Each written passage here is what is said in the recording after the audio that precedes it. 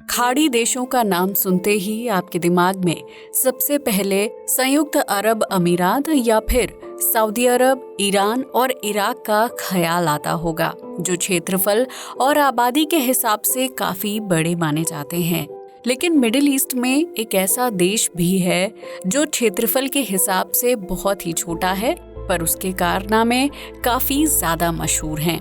हम बात कर रहे हैं कतर की, जिसने लग्जरी लाइफस्टाइल और इंफ्रास्ट्रक्चर के मामले में दुबई जैसे हाई प्रोफाइल शहर को भी मात दे दी है। तो ये जानना तो बनता है कि आखिर कतर में ऐसा क्या है जो इसे दूसरे खाड़ी देशों से अलग बनाता है।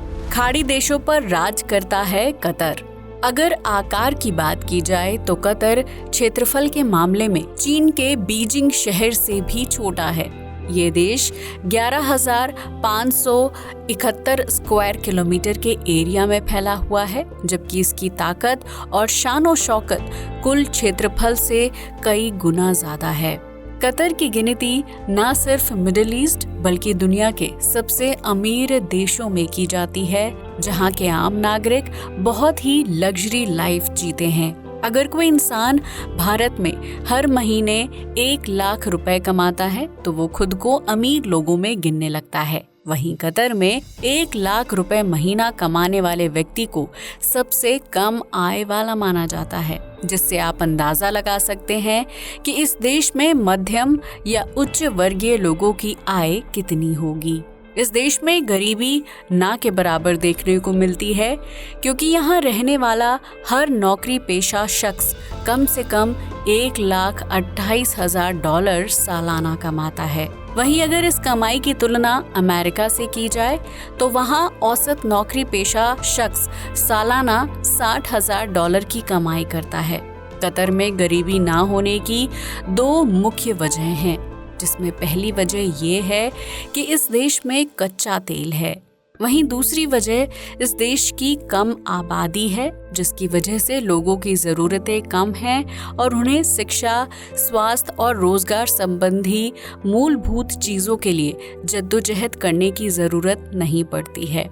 मिडिल ईस्ट के देश हमेशा से दुनिया भर के लोगों का ध्यान अपनी तरफ आकर्षित करने की कोशिश करते हैं, जिसकी वजह से यहाँ एक से बढ़कर एक इमारतें और कृत्रिम आइलैंड देखने को मिलते हैं। इससे न सिर्फ देश में पर्यटन बढ़ता है, बल्कि ये कमाई का अच्छा साधन भी है। तो फिर कतर खाड़ी देशों से पीछे कैसे रह जाता, जिसके पास पैसे की कोई कमी नहीं है। लेकिन कतर ने पर्यटकों के साथ साथ फुटबॉल फैंस को भी आकर्षित करने का फैसला किया, जिसके तहत देश में 1 या 2 नहीं बल्कि 8 लग्जरी स्टेडियम बनाए गए थे।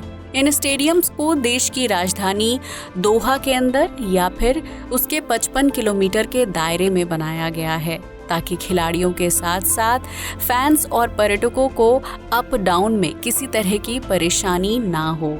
इन स्टेडियम्स की सबसे बड़ी खासियत है कि इन्हें सोलर तकनीक के साथ तैयार किया गया है, यानी यहाँ जितनी भी बिजली की खपत होती है उसे सूर्य के जरिए प्राप्त किया जाता है। कतर में साल भर काफी ज्यादा गर्मी रहती है, लिहाजा उनका डिजाइन कुछ इस तरह से तैयार किया गया है कि वो ऊपर से अच्छी तरह से कवर हैं। स्टेडियम के अंदर सूर्य की गर्मी नहीं पहुंच पाती है, जबकि स्टेडियम को अंदर से एयर कंडीशनर सिस्टम के जरिए ठंडा रखा जाता है। साल 2022 में हुए फीफा वर्ल्ड कप के दौरान इन्हीं 8 अलग अलग स्टेडियम्स में मैच हुए थे, जिसमें दुनिया भर के फैंस ने कतर की शानो शौकत और लग्जरी लाइफ को देखा था। इन स्टेडियम में आने वाले फैंस और पर्यटकों के ठहरने के लिए लग्जरी होटल भी बनाए गए हैं, जबकि उन्हें दोहा शहर से स्टेडियम तक पहुंचाने के लिए खास मेट्रो लाइन तैयार की गई है। इसके अलावा पर्यटक क्रूज शिप पर ठहरने का आनंद भी उठा सकते हैं, जिसकी वजह से वो फुटबॉल मैच के साथ साथ कतर में घूमने फिरने का लुत्फ भी उठा सकते हैं। आइए अब कतर में उन 8 स्टेडियम्स के बारे में जानते हैं। अल बेट स्टेडियम। ये स्टेडियम राजधानी दोहा से 35 किलोमीटर की दूरी पर अल खोर सिटी में है, जहां फीफा वर्ल्ड कप का पहला मैच खेला गया था। इस स्टेडियम को लेबनीज कंपनी ने डिजाइन किया है, जिसमें एक साथ तकरीबन 63,000 दर्शकों के बैठने की सुविधा है। अल बेट स्टेडियम का डिजाइन कतर के खानाबदोश जनजातियों के रहन सहन से प्रेरित होकर तैयार किया गया है, जबकि इसकी दीवारों को टेंट नुमा आकार दिया गया है।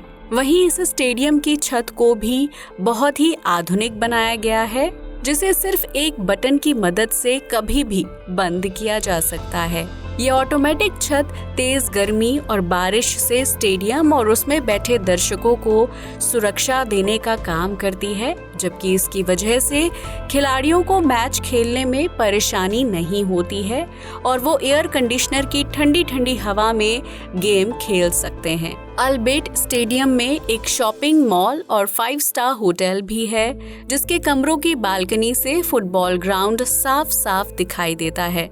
अगर कोई पर्यटक या फैन स्टेडियम में नहीं बैठना चाहता है तो वो अपने कमरे या उसकी बालकनी में बैठकर फुटबॉल मैच का भरपूर आनंद उठा सकता है। यही वजह है कि इस स्टेडियम को कतर के लग्जरी इंफ्रास्ट्रक्चर में गिना जाता है, जिसे विभिन्न अवार्ड्स से सम्मानित भी किया गया है। अल जैनूब स्टेडियम।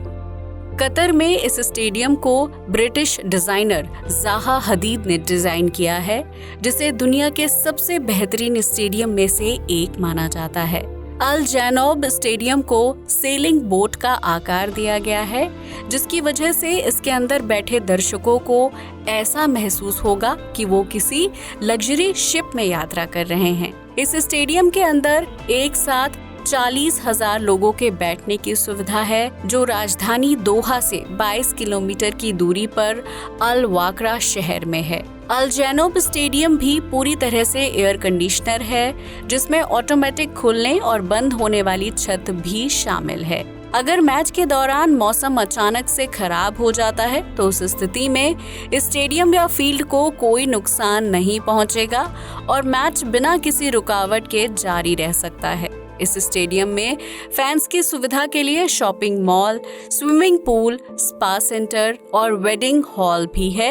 लिहाजा यहाँ सिर्फ फुटबॉल मैच का ही नहीं बल्कि दूसरी चीजों का भी भरपूर आनंद उठाया जा सकता है। अहमद बिन अली स्टेडियम। कतर की राजधानी दोहा से 15 किलोमीटर की दूरी पर अल रयान शहर है, जहां फीफा वर्ल्ड कप खेलने के लिए अहमद बिन अली स्टेडियम को बनाकर तैयार किया गया था।